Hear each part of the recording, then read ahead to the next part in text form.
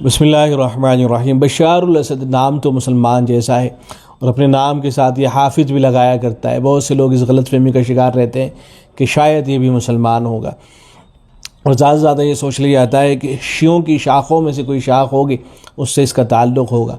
تو ایسے تمام لوگوں کو اس کے بارے میں ہوشیار رہنا چاہیے۔ اللہ تبارک و تعالی نے اس کی حکومت کا خاتمہ تو کر دیا ہے، اس کو بھی تباہ و برباد کرے گا، اور انشاءاللہ اسے دنیا کے لیے عبرت کا موضوع اور عبرت کا نمونہ اس کو بنایا جائے گا۔ تو یہ جو بشار الاسد تھا، اس کا تعلق تھا اصل ایک فرقہ پایا جاتا ہے جو در حقیقت باطنی فرقہ ہے، جو لوگ اپنے عقائد اور نظریات کو چھپا کر رکھتے ہیں۔ اس طرح سے اپنے نظریات اور عقائد کو چھپا کر رکھتے ہیں کہ کسی کو اپنے بارے میں کچھ بھلک نہیں پڑنے دیتے ہیں، کسی کو کچھ نہیں بتاتے ہیں۔ صرف ان کے ماننے والے جو متبعین ہوتے ہیں، ان کے نظریات اور عقائد کے بارے میں صرف ان کو پتہ ہوتا ہے، ان کے علاوہ کسی اور کو نہیں پتہ ہوتا ہے۔ یہاں تک کہ ان کو سختی سے منع کیا جاتا ہے کہ تم اپنے نظریات اور عقائد کے بارے میں کسی کو بتاؤ گے بھی نہیں۔ اگر یہ لوگ باہر جا کر بتاتے بھی ہیں تو ایسے آدمی کو ختم کر دیا جاتا ہے۔ علماء اکرام نے بڑی مشکلوں سے ان کے عقائد اور نظریات جان کر کے ان کو مرتب کیا، کتابیں لکھی گئیں ان کے بارے میں، اور ان کے نظریات بیان کیے گئے۔ ایک شخص کے بارے میں آتا ہے جو اس فرقے سے تعلق رکھتا تھا، بشار الاسد کا جو فرقہ ہے اس سے تعلق رکھتا تھا، اور پھر بعد میں چل کر وہ عیسائی ہو گیا۔ تو اس نے ان لوگوں کے بارے میں کتابیں لکھی اور بتانا شروع کیا کہ ان کے یہ نظریات ہیں، یہ نظریات ہیں۔ تو ان لوگوں کو جب پتہ چلا کہ تو انہوں نے اپنے یہاں اس کو بلایا اور بلا کر اس کے ٹکڑے ٹکڑے کر دیے، اس کو ختم کر دیا گیا۔ تو یہ لوگ یہ چاہتے بھی نہیں ہیں کہ ان کے نظریات اور عقائد جو ہیں وہ لوگوں کے سامنے آئے۔ تو بشار الاسد کا جو تعلق تھا، ایک فرقہ پایا جاتا ہے علوی اور نصیریہ، جو اپنے آپ کو مسلمان ظاہر کرتے ہیں، لیکن ان کے عقائد اور نظریات دیکھیں آپ کس طرح کے ہیں۔ علامہ ابن تیمیہ رحمۃ اللہ علیہ کا ایک فتویٰ ہے، میں اس کو نقل کر رہا ہوں، یہ بڑا مشہور و معروف فتویٰ ہے فرقہ نصیریہ کے بارے میں۔ بشار الاسد کا تعلق اسی فرقے اور اسی جماعت سے تھا، اور یہ لوگ مسلمانوں پر اب سے ظلم نہیں کر رہے ہیں، بلکہ اس زمانے سے ظلم کرتے چلے آ رہے ہیں مسلمانوں کے اوپر، اور انہوں نے اتنا نقصان مسلمانوں کو پہنچایا ہے۔ در حقیقت یہ لوگ مجوسی تھے، اور جب ان کے ساتھ جنگیں ہوئیں تو جب میدانوں کے اندر یہ ہارے تو انہوں نے پھر پینترا بدلا اور مسلمانوں کی شکل اختیار کی، اور پھر مسلمانوں کے اندر گمراہیاں پھیلانے شروع کی۔ تو در حقیقت یہ آتش پرست تھے، مجوسی تھے، تو یہ لوگ بھی وہی ہیں۔ اسی لیے ان کے آپ نظریات اور عقائد دیکھیے گا۔ ایک شخص نے علامہ ابن تیمیہ رحمۃ اللہ علیہ سے ان کے بارے میں معلوم کیا، سوال کیا گیا کہ علماء دین کا نصیری فرقے کے متعلق کیا خیال ہے جس کے عقائد مندرجہ ذیل ہیں۔ نمبر 1، حلت شراب۔ یہ لوگ شراب کو حلال سمجھتے ہیں، شراب کو حرام نہیں کہتے۔ جیسے انہوں نے کیا کیا کہ اپنے نظریات تھوڑے سے عیسائیوں سے لے لیے، تھوڑے سے ہندوؤں سے لے لیے، تھوڑے سے کہیں اور کے لے لیے، اور چونچو کا ایک مربع بنا دیا ہے ان نے مذہب کے نام پر۔ چونچو کا مربع ایک تیار کر کے لوگوں کے سامنے پیش کر دیا ہے، تو یہ شراب کو حلال سمجھتے ہیں۔ ایسے ہی تناسخ ارواح، جو ہندوؤں کے یہاں عقیدہ پایا جاتا ہے کہ روح پہلے جو ہے ایک باڈی کے اندر ہوتی ہے، وہ باڈی ختم ہوتی ہے تو وہ روح دوسری باڈی کے اندر منتقل ہو جاتی ہے۔ پہلے آدمی انسان تھا، پھر جب دوسری مرتبہ اس کی روح جو ہوتی ہے وہ کسی چوہے کے اندر چلی جاتی ہے، کہیں اور منتقل ہو جاتی ہے، دوبارہ پیدا ہو جاتا ہے۔ تو تناسخ ارواح کا عقیدہ بھی ان کے یہاں پایا جاتا ہے۔ ایسے ہی عالم کو قدیم سمجھتے ہیں، ہمیشہ سے کہتے ہیں۔ انکار قیامت، قیامت کا انکار کرتے ہیں، انکار جنت و دوزخ۔ 5 نمازوں سے مراد ان کے نزدیک 5 نام ہیں، یعنی علی، حسن، حسین، محسن اور فاطمہ۔ دلچسپ بات یہ ہے کہ اس طرح کے جتنے بھی فرقے وجود میں آئے ہیں، انہوں نے حضرت علی رضی اللہ تعالیٰ عنہ اور اہل بیت کا نام استعمال کیا ہے۔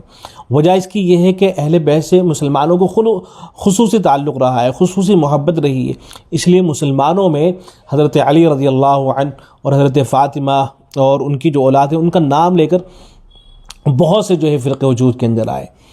تو 5 نمازوں سے مراد ان کے نزدیک 5 نام ہیں، یعنی علی، حسن، حسین، محسن اور فاطمہ۔ نیز یہ کہ ان 5 ناموں کے ذکر سے غسل جنابت، وضو اور تمام شروط و فرائض نماز ساقط ہو جاتے ہیں۔ رمضان مبارک کے روزے سے مراد 30 مردوں 30 عورتوں کے نام ہیں۔ یہ نام ان کی کتب میں موجود ہیں، جن کی توالت کے خوف سے یہاں ذکر نہیں کیا جا رہا ہے۔ یہ لوگ حضرت علی کو اپنا معبود مانتے ہیں، صاف لفظوں میں جو ہے یہ حضرت علی کو اپنا خدا مانتے ہیں۔ ان کے نزدیک حضرت علی ہی رضی اللہ عنہ خالق ارض و سما ہے، اور وہی آسمان و زمین کے امام بھی ہیں۔ ان کے عقیدے کے مطابق اللہ تعالیٰ کے ناسوت حضرت علی میں ظاہر ہونے کا فلسفہ وہ حکمت یہ ہے کہ اس طرح اللہ تعالیٰ اپنی مخلوق اور اپنے بندوں سے مانوس ہو کر ان میں اپنی عبادت کے طور طریقوں سے آگاہ کرتا ہے، جو ہندوؤں کے یہاں عقیدہ پایا جاتا ہے، یعنی خدا جو ہے وہ انسان بن کر دنیا کے اندر آتا ہے اور پھر لوگوں کے دکھ برداشت کرتا ہے، تکلیفیں برداشت کرتا ہے، ان کو سمجھنے کی کوشش کرتا ہے دنیا کو۔ تو جو ان کے یہاں عقیدہ پایا جاتا ہے یہی عقیدہ ان کے یہاں بھی پایا جاتا ہے۔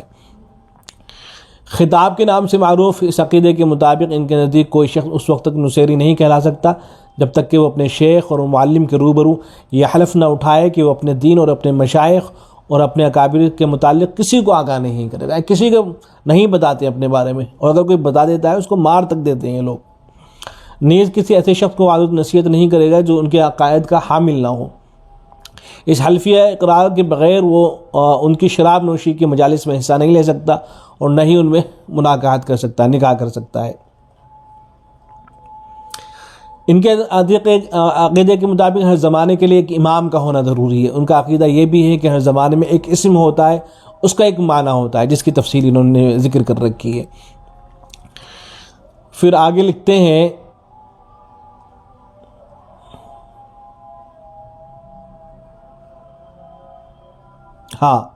نمبر 13 پر دیکھیں،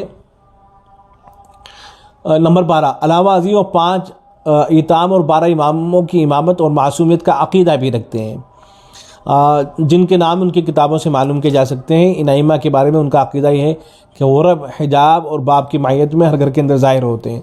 نمبر 13 معاذ اللہ ثم معاذ اللہ، وہ حضرت عمر بن الخطاب رضی اللہ تعالیٰ عنہ کو ابلیس الابالسہ یعنی سب سے بڑا ابلیس قرار دیتے ہیں۔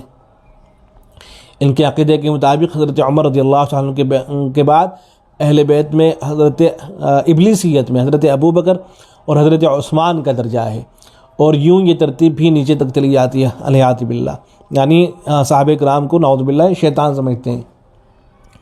مذکورہ اصولوں پر مبنی پھر ان کے کئی دوسرے فروعی و تفصیلی مسائل ہیں۔ یہ ملعون گروہ شام کے بڑے حصے پر قابض رہا ہے اور ان کے ملحدانہ عقائد معروف و مشہور تھے۔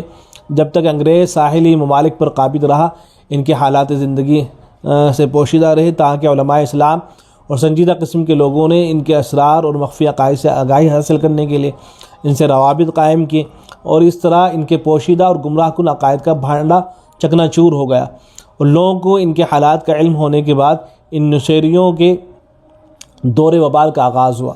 نصیریوں کے یہ عقائد ذکر کرنے کے بعد یہ سوالات کیے گئے ہیں، علامہ ابن تیمیہ رحمۃ اللہ علیہ سے یہ سوال کیے گئے کہ کیا ان سے نکاح کرنا جائز ہوگا، ان کے ذبیحے کا کیا حکم ہوگا، مسلمانوں کے قبرستان میں ان کو دفن کیا جا سکتا ہے نہیں، وغیرہ وغیرہ اس طرح کی باتیں۔ تو دیکھیں علامہ ابن تیمیہ رحمۃ اللہ علیہ نے جواب میں کیا لکھا ہے۔ یہ سارا فتویٰ تو بہت طویل ہو جائے گا، میں صرف کچھ پوائنٹس اس کے پڑھ کے سنا دے رہا ہوں تاکہ معلوم ہو کہ جو بشار الاسد اور اس کی جو حکومت تھی اور یہ جو ان کی پورا فرقہ ہے ان لوگوں کا، تو یہ کس قدر خطرناک ہے اور امت مسلمہ کے لیے کتنے خطرناک قسم کے لوگ ہیں۔ جواب میں لکھا گیا ہے، عنوان ہے نصیری مشرکین نصارہ اور یہود کی نسبت کفر میں بڑھے ہوئے ہیں۔ یہ نصارہ اور یہود اور مشرکین سے بھی بدترین قسم کے کافر ہیں۔ نصیری لوگ قلامتہ اور باطنیہ کا بویا ہوا بیج ہیں۔ یہ لوگ یہود و نصارہ اور تاتار اور انگریز سے بھی زیادہ امت محمدیہ کے لیے نقصان دہ۔ یہ علامہ ابن تیمیہ رحمۃ اللہ علیہ کے الفاظ ہیں، کیونکہ یہ اہل تشیع کا لبادہ اوڑھ کر اہل بیت سے قرابت کے نقاب سے اپنا چہرہ چھپا کر اور اپنے تئیں مسلمان ظاہر کر کے مسلمانوں کے درمیان رہتے ہیں۔ یہ لوگ اپنی ریشہ دوانیوں سے اسلام کو نقصان پہنچانے کا کوئی موقع ہاتھ سے جانے نہیں دیتے۔ ان کا نہ تو اللہ پر ایمان ہے، نہ ان کے رسول پر، اور نہ ہی اللہ تعالیٰ کی کتاب اور اس کے امر و نواہی پر۔ اسی طرح ثواب و عقاب، جنت و دوزخ اور نبی اکرم صلی اللہ علیہ وسلم سے قبل کسی مسلمان کی ان کے نزدیک کوئی حقیقت و حیثیت نہیں ہے۔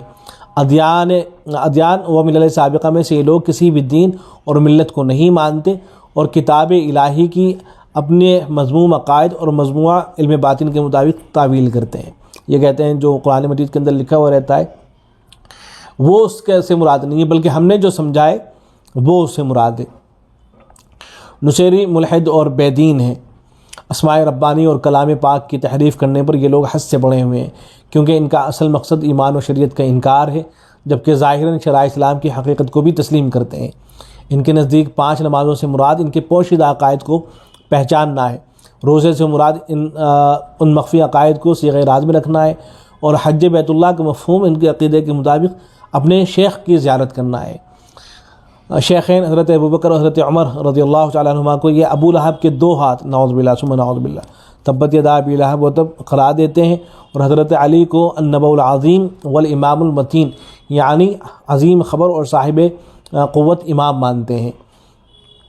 اچھا، یہ جو نظریات ہیں یہ ہمارے یہاں بھی بعض اس طرح کے فرقے پائے جاتے ہیں، جیسے مہدوی فرقہ ہے، یہ لوگ بھی اسی طرح کے نظریات رکھتے ہیں کہ ظاہری طور پر کچھ اور کہہ رہے ہوتے ہیں، نماز وغیرہ پڑھ رہے ہوتے ہیں، لیکن باطنی طور پر کہہ رہے ہوتے ہیں کہ ان کی مراد کچھ اور ہے جو آپ لوگ نہیں سمجھ سکتے ہیں۔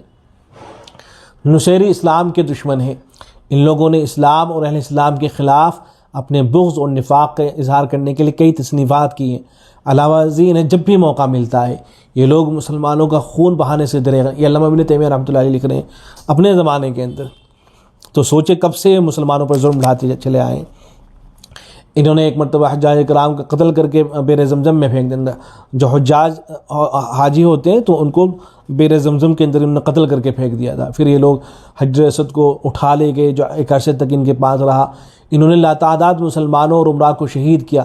علماء اسلام نے ان کا نقاب فریب اتارنے کے لیے اور ان کے مخفی عقائد کو تشدبام کرنے کے لیے کئی کتابیں لکھی ہیں جن میں انہوں نے ان کے کفر و الحاد کی وضاحت کی ہے۔ وہ ہندو برہمنوں جو کہ بتوں کی پوجا کرتے ہیں ان سے بھی بڑھ کر کافر ہیں، یہ علامہ ابن تیمیہ لکھ رہے ہیں۔ نصیری بیت المقدس پر قبضہ اور سقوط خلافت عباسیہ کا سبب ہے۔ یہ بات کسی سے مخفی نہیں کہ ساحل شام پر نصارہ ان کی طرف سے قابض ہوئے، کیونکہ شروع ہی سے مسلمانوں کے مقابلے میں نصارہ کا ساتھ دیتے چلے آئے ہیں، عیسائیوں کا ساتھ دیتے چلے آئے ہیں ہمیشہ۔ ان کے نزدیک مسلمانوں کی تاتار پر فتح سب سے بڑا المیہ ہے۔ مسلمانوں نے جب تاتاریوں پر فتح کی تو ان کے نزدیک یہ بہت ہی نقصان کی چیز تھی ان کے نزدیک، اور مسلمانوں کی مغلوبیت سب سے بڑی عید ان لوگوں کے نزدیک تھی۔ مسلمانوں کے بلاد و امصار ان کے قبضے میں رہے، یہاں تک کہ اللہ تعالیٰ نے خلافت عثمان میں معاویہ بن ابی سفیان کے ہاتھوں جزیرہ قبرص فتح کرا دیا۔